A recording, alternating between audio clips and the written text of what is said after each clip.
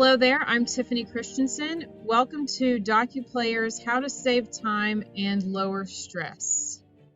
I'll be your presenter today, and to give you a little bit of background on myself, I'm the CEO of DocuPlayer, and I've been practicing as a corporate attorney for about 15 years.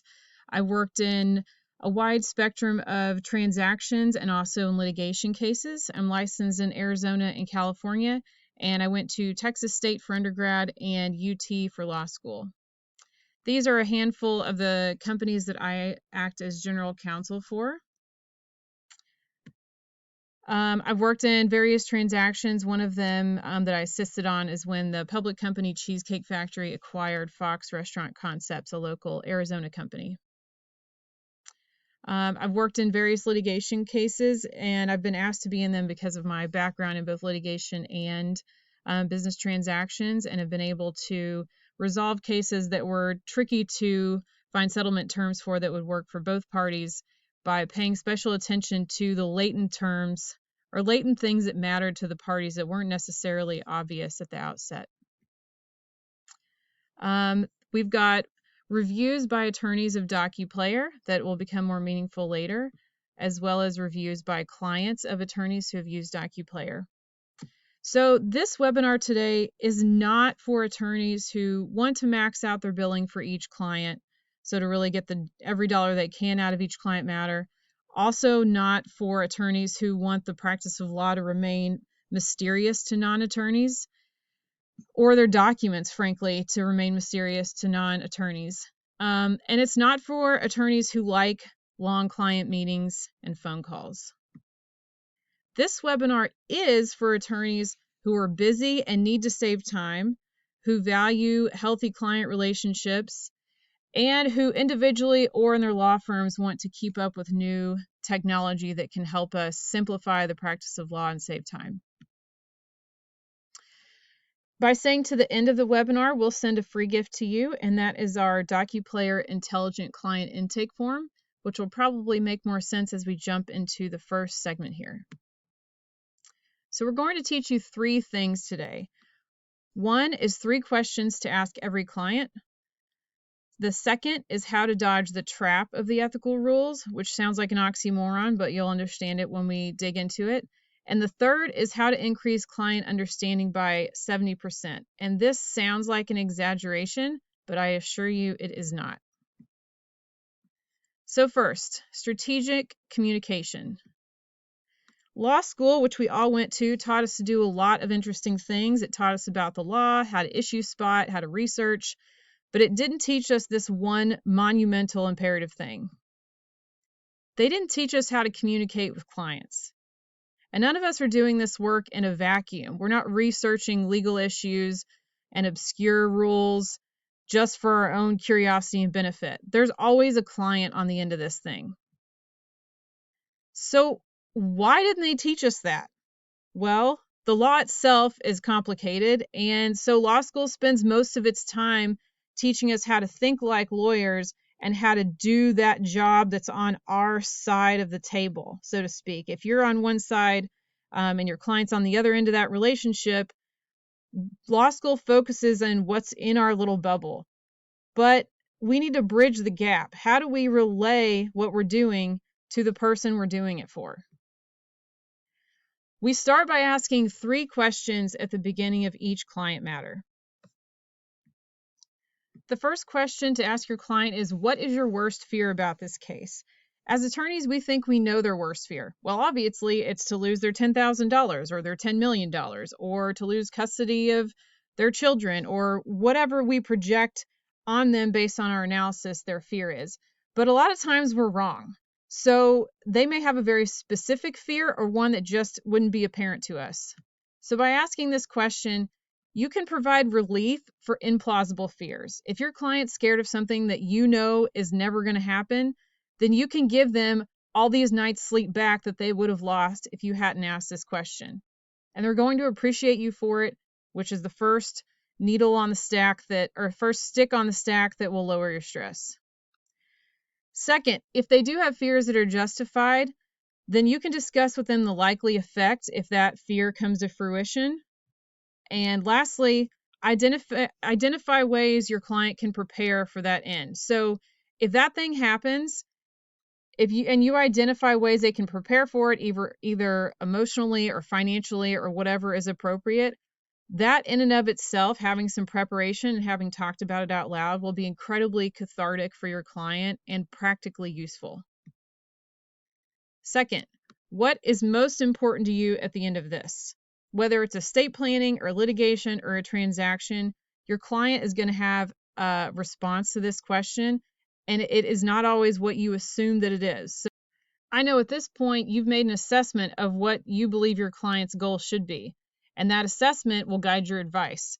But sometimes what drives the client is totally different than what we assume. And that doesn't mean our assumption is bad. It just means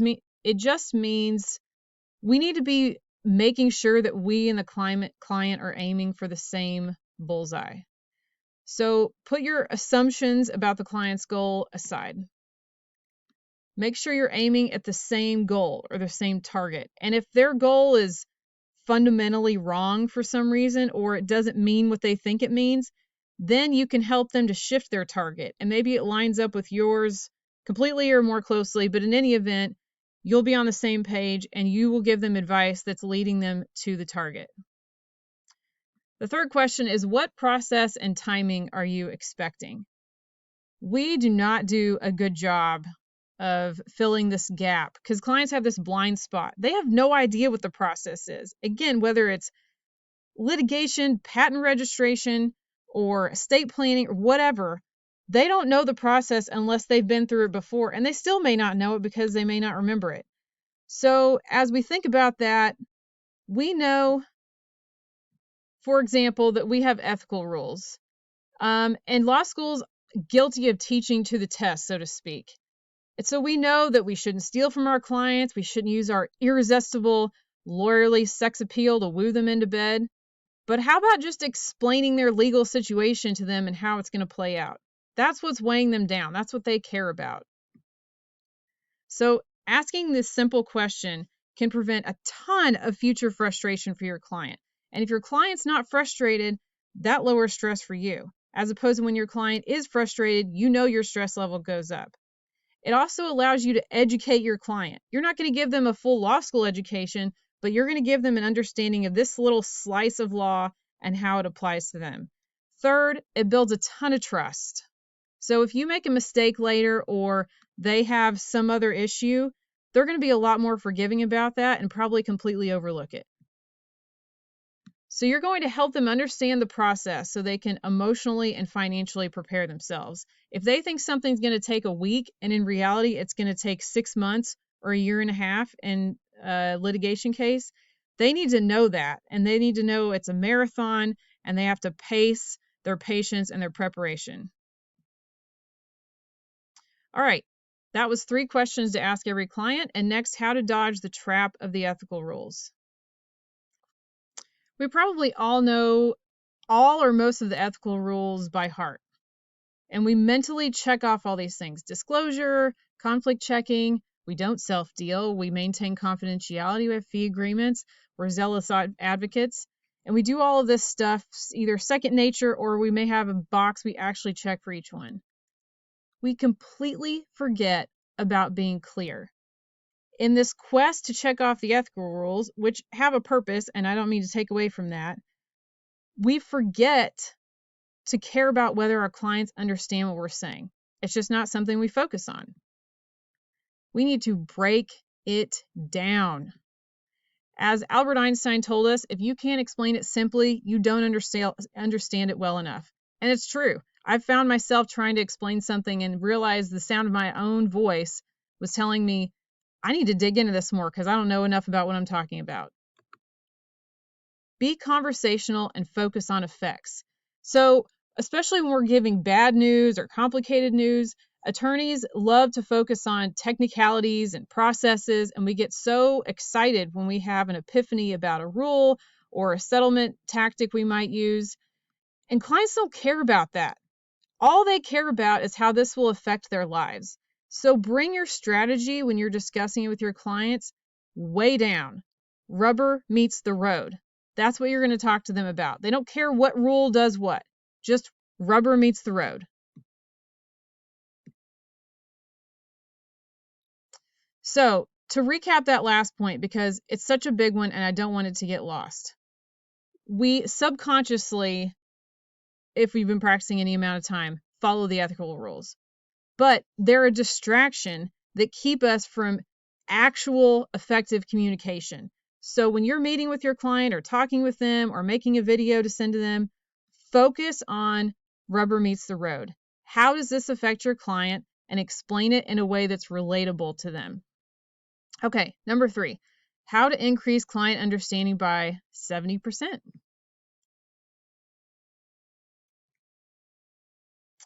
Client understanding is important. Why? Why do we care about this? Well, we have more trust. Importantly, if our client understands what we're telling them and what we're asking them, we will get better information. So instead of learning that important fact 2/3 of the way through the case, you're going to know it when you need to know it. A third benefit is that your client will be able to make more informed decisions.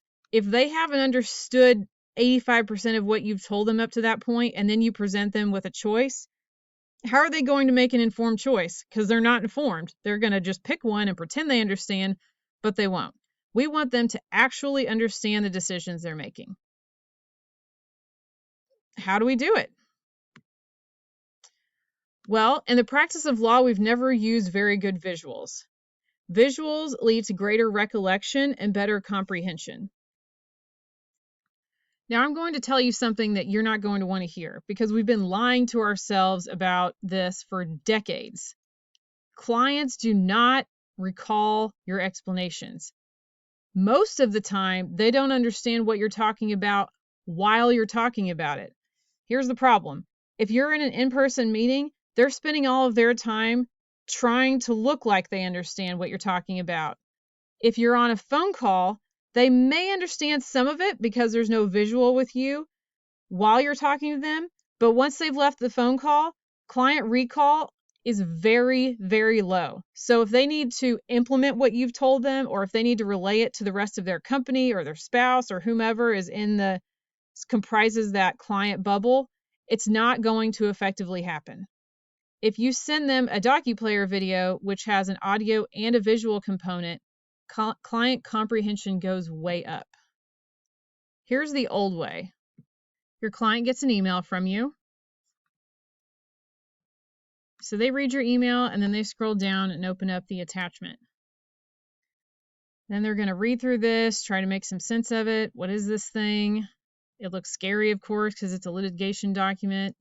Maybe they're familiar with litigation docs and maybe they're not, but this is still going to look like long and which part do I care about? Which part do I not care about? Let's contrast that with a new way.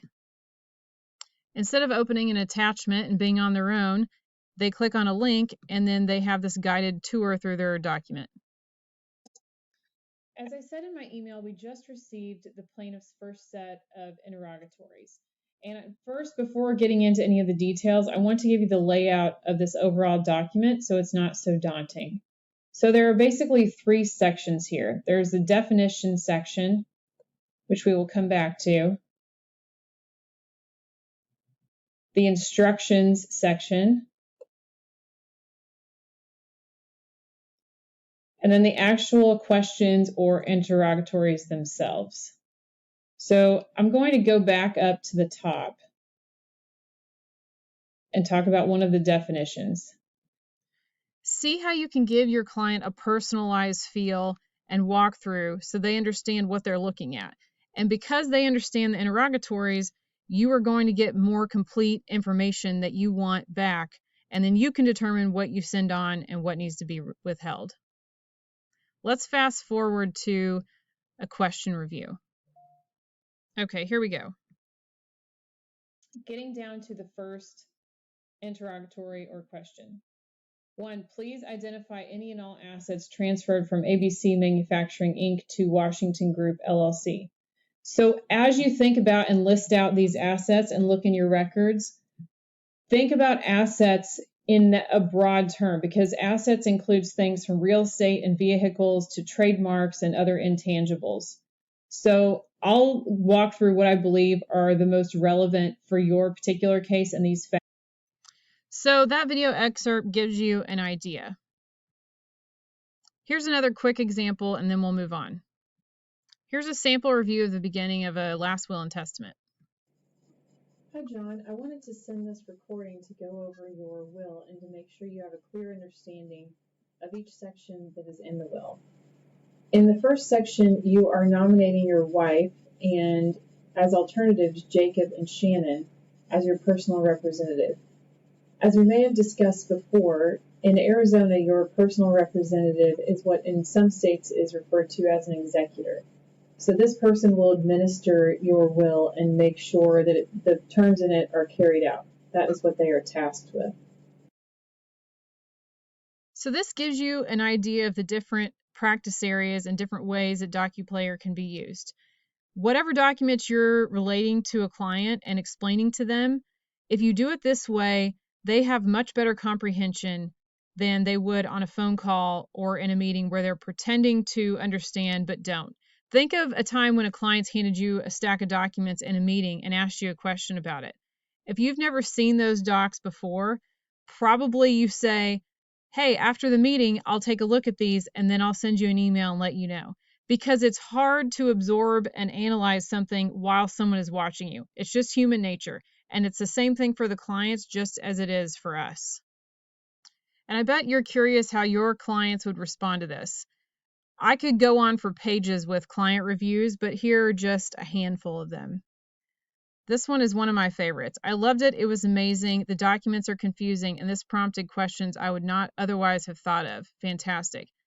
In this actual client scenario, the client had received a number of redline documents by Word during a negotiation, and then their attorney sent to them a DocuPlayer review. So she had really a real life of the same document comparison experience between receiving the Word document and just reading it alone or receiving the DocuPlayer walkthrough.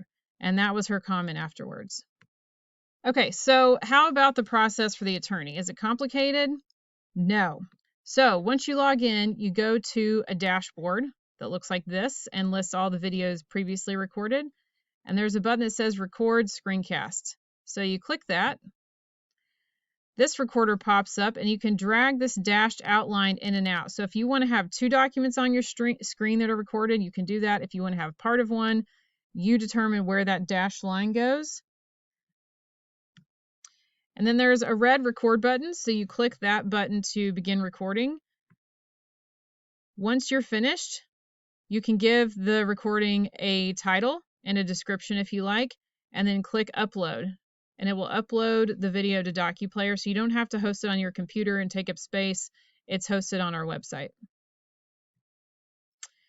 Once you preview the video, you can add a password and some other things to it, which we highly recommend using a password if it's for a client. And then you'll have a link. That link is the link to the video. So that is what you email to your client. When they click on the link, they will see this pop up, as long as you've added a password, which is why that's important.